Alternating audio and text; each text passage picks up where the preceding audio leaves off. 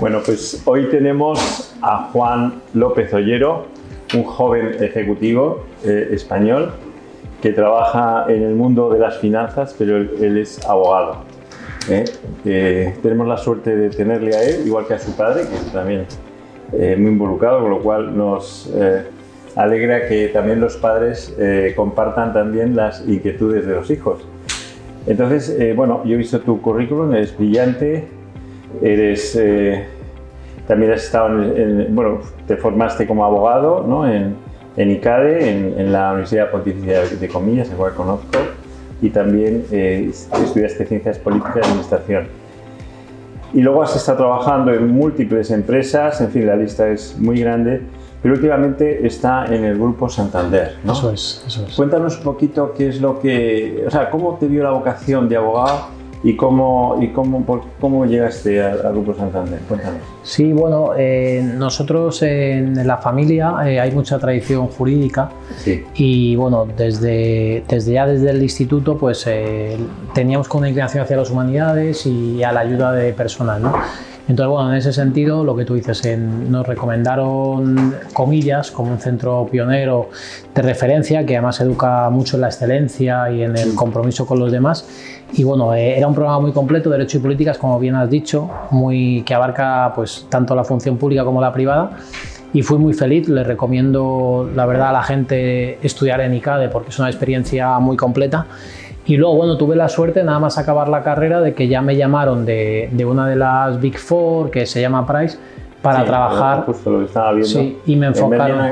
Yo estoy trabajando también en ese. Pues eso es. Sí. Me enfocaron en el mundo de Money ya en Price con 23 años y ya a partir de ahí pues he tenido la suerte de estar siempre en proyectos corporativos, financieros y bueno, y ahora últimamente, como bien has dicho también, muy enfocados en sostenibilidad y en ESG, que son aspectos al final también de responsabilidad social corporativa que conoces, que están muy de la mano del corporate y de empresa. O sea, ahora, compliance, todo esto que ahora está de moda, ¿no? Eso es, sí, el mundo de la sostenibilidad, del ESG y de la responsabilidad social corporativa ya está muy de la mano siempre. O sea, no se entiende el sector financiero sin la ayuda a otros, sin tener una rama social de cooperación, o sea, y la banca últimamente está muy en eso.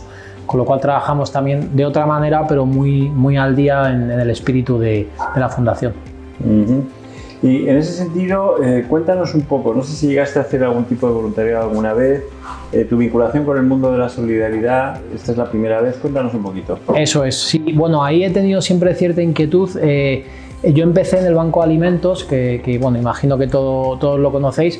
Empecé en Chamberí pues hace 5 o 6 años y bueno, he ido al final adquiriendo labores de coordinación en el Banco de Alimentos y luego dentro del banco, como decíamos, en la parte de ESG tenemos 2 programas de voluntariado en los que participo. Uno es con ACNUR, bueno, en atención al refugiado, con trámites jurídicos hay 2 despachos de abogados, DLA y Garrigues, que organizan seminarios. Y entonces nosotros con el banco y de la mano de ACNUR damos apoyo legal en materia de asilo e inmigración. Ese es un programa muy importante.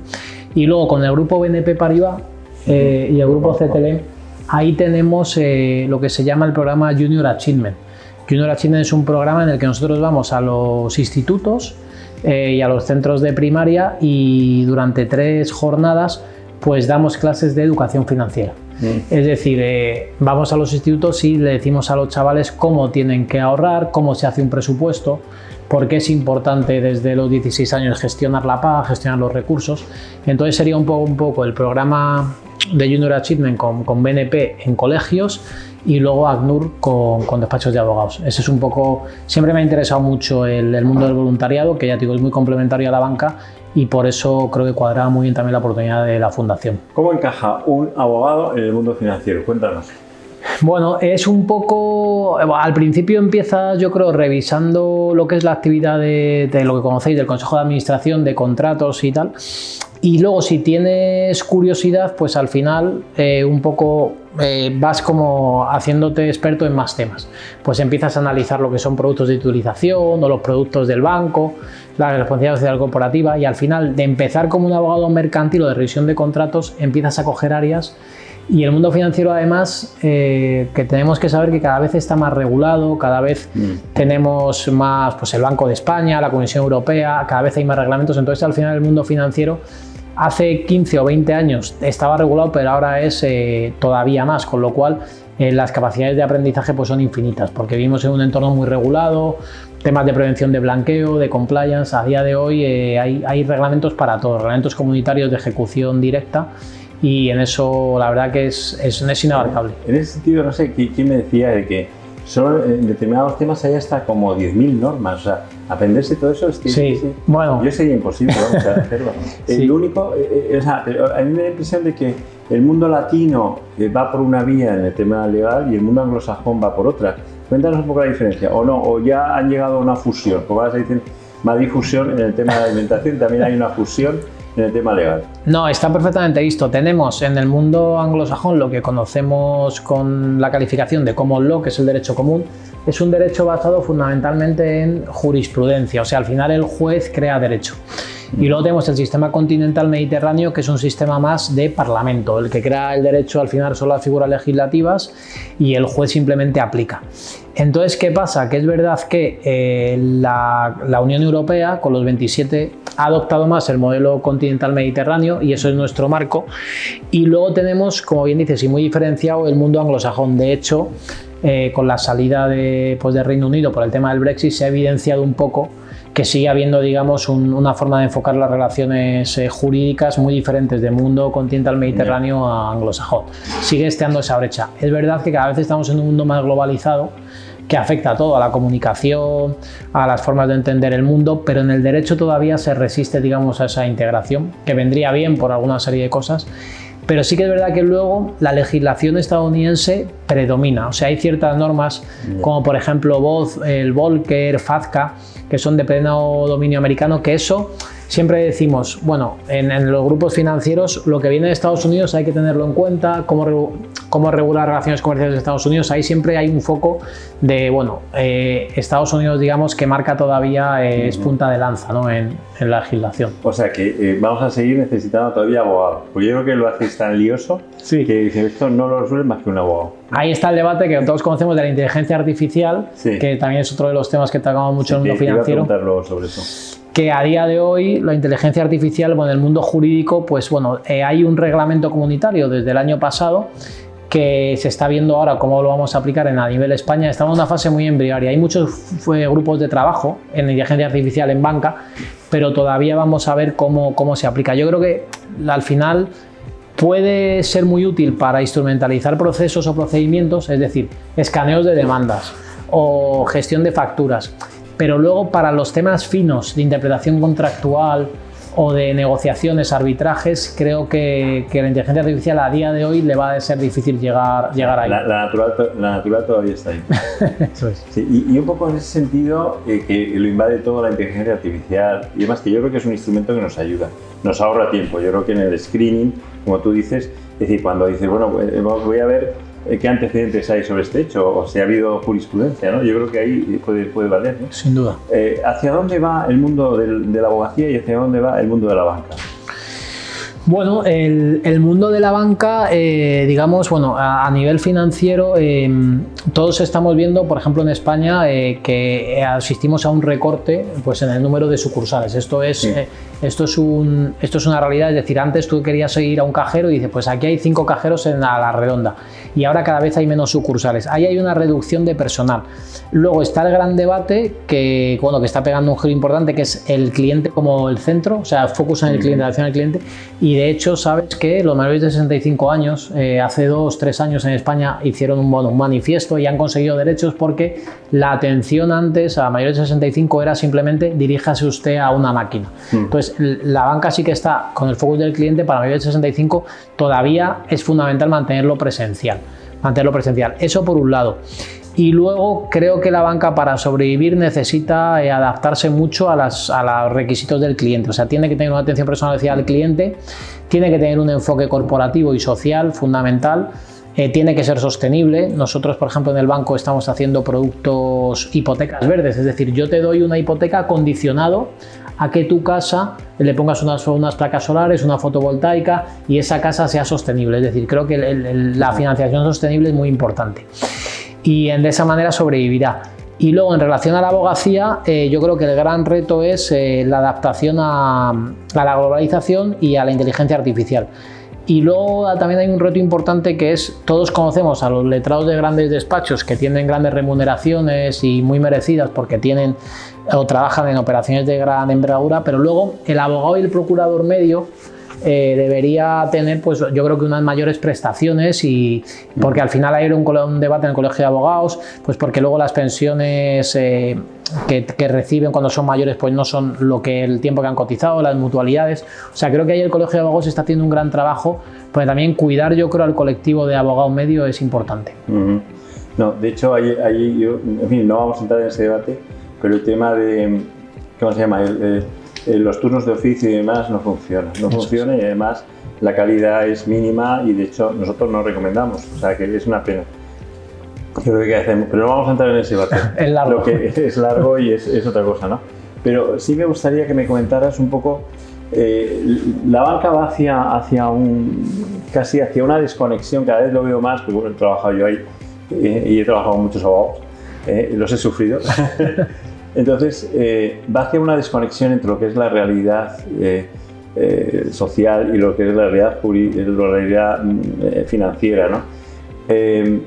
Igual que ha pasado en el mundo de la medicina y en otros mundos, de tal manera que incluso en este momento hay direcciones generales que se han creado de humanización.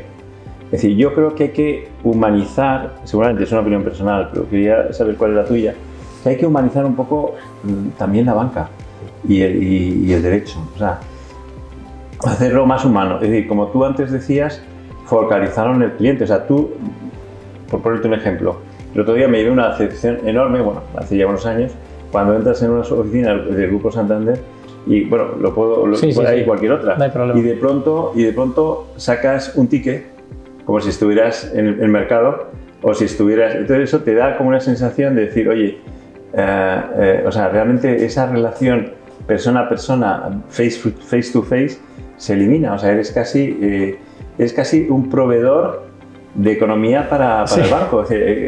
No, desde luego. O sea, quiero decir, entonces falta esa humanización, yo creo también, ¿no? No, es fundamental. De hecho, nosotros en el banco se han creado lo que se llama grupos de atención al cliente, y tenemos un departamento que es el departamento de atención al cliente, que al final cualquier cliente, pues antes de acudir al Banco de España o acudir a una serie de instituciones a hacer una queja, pues plantea una negociación con nosotros, y eso hay muchos equipos en eso, se está creciendo mucho eso en la atención al cliente, en reclamaciones. Y luego también hay otro sector importante que es, fomentar la mediación. Es decir, al final ya en los bancos tenemos, antes de ir al pleito, la mediación, y hay abogados especializados en eso. O sea que además se ven procesos de desahucio, en procesos de negociación de alquileres, de reclamación de cláusulas hipotecarias. Ahí al final la figura de la mediación tiene que impulsar. O sea, el futuro de la abogacía tiene que ir muy enfocada a la mediación, porque al final los juzgados están muy saturados. Claro. Y al final eso yo creo que habría que evitar también llegar a eso en el mundo de la banca. Es decir, llegar a tener que mediar, porque eso significa que detrás una reclamación. En ese sentido, y ya por último, te quería preguntar, me gustaría saber la vinculación. Es decir, es verdad que ahora hoy vas a hablar a las madres, y me gustaría saber cuál va a ser tu mensaje, que quieres transmitir. Digamos que las familias vulnerables prácticamente tienen cero conocimiento de lo que es el mundo financiero. Cero conocimiento, y fíjate que aquí estamos empezando a enseñarles a emprender, ¿no? Y por tanto van a tener que tener un contacto.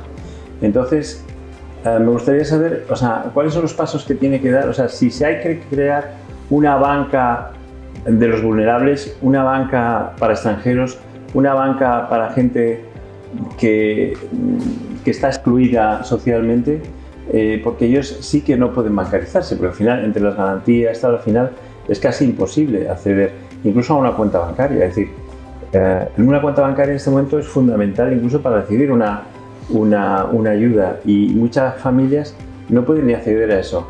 O sea, ¿qué es lo que habría que hacer para que se tuviera una educación en el terreno financiero, y sobre todo los bancos que deberían de fijarse para acoger a todas estas familias que realmente están en una situación de exclusión? Y claro, esta es mi última pregunta. No, está perfecto. Yo creo que ahí, fíjate, la banca tiene un papel muy importante, pero también yo creo la legislación. Es decir, porque al final, si se hiciera un reglamento o un real decreto que regulara estos aspectos, bueno, pues igual que hay, por ejemplo, los famosos códigos de buenas prácticas que existen en banca, es decir, una persona que tiene tanto nivel de ingresos, le hago un reacuerdo de la hipoteca para que pueda seguir pagando, porque es un código de buenas prácticas que es una ley gubernamental. Entonces yo creo que tal vez una ley gubernamental que previera estas cosas en el sentido de decir, bueno, pues para abrir una cuenta corriente tienes que tener ciertos recursos mínimos, no sé qué, y que la banca cogiera mucho, porque lo cogería encantado, ese llamamiento gubernamental, pero creo que ahí va a ir más de la iniciativa legislativa del Parlamento, más que propio. Claro, es eliminar la premisa de que la banca siempre gana, a decir la sociedad siempre gana, ¿no? Eso es. Sería un poquito eso. ¿Cuál es el mensaje que quieres transmitir a las madres? Y ya es la última pregunta para dejar paso a las madres y que puedas tú comentarles. Bueno, nosotros he preparado, que luego la circularizaremos, una ponencia un poco pues con requisitos jurídicos que necesitáis saber un poco para obtener cierta documentación, es decir, cómo puedo obtener un NIE definitivo, un NIE provisional, cómo puedo hacer un poder para que alguien me ayude en una reclamación, en una gestión ante el notario, cómo puedo, una vez que tengo el NIE definitivo obtenido, cómo puedo optar a un puesto de trabajo, qué redes sociales me tengo que abrir un perfil profesional o un currículum y con esas redes sociales poder empezar una búsqueda de empleo. Bueno, todo ese tipo de cosas, digamos, de asesoramiento previo a obtener la documentación que necesitamos en España jurídica de NIEs y luego de inserción en el mercado laboral es un poco de lo que yo sé y lo que me ofrezco encantado a poder ayudar en las tramitaciones de documentos y luego en las búsquedas primeras de trabajo. Pues hacer un filtrado de currículums, qué es lo importante a la hora de ponerse en una red social profesional y la inserción en el mundo laboral, tanto el previo jurídico como luego la búsqueda de empleo. Yo creo que en ese expertise podemos ofrecer desde mi posición de asesor jurídico. Pues aquí tenemos Juan Ollero, muchísimas gracias, una persona que está en el mundo de la abogacía, dentro del mundo bancario, por tanto nos puede decir mucho, nos puede aclarar cantidad de dudas, sobre todo a las madres vulnerables. Ojalá sirva esta charla para humanizar, como decía, y para poder incluir, no excluir, a las familias vulnerables del entorno bancario y poder bancarizarlas. Mi única petición es que si tú puedes desde el banco, incluso con Ana Patricia o quien que sea, poder hablar para poder hacer esa banca de, no de los pobres, pero sí la banca de familias que quieren progresar. Porque yo creo que hay que apostar por ellas y la primera exclusión es que no pueden ni abrir una cuenta bancaria. Yo creo que ese sería el primer paso. Estamos en ello sin problema, desde luego. Pues muchísimas gracias. Bueno, ¿verdad? igualmente.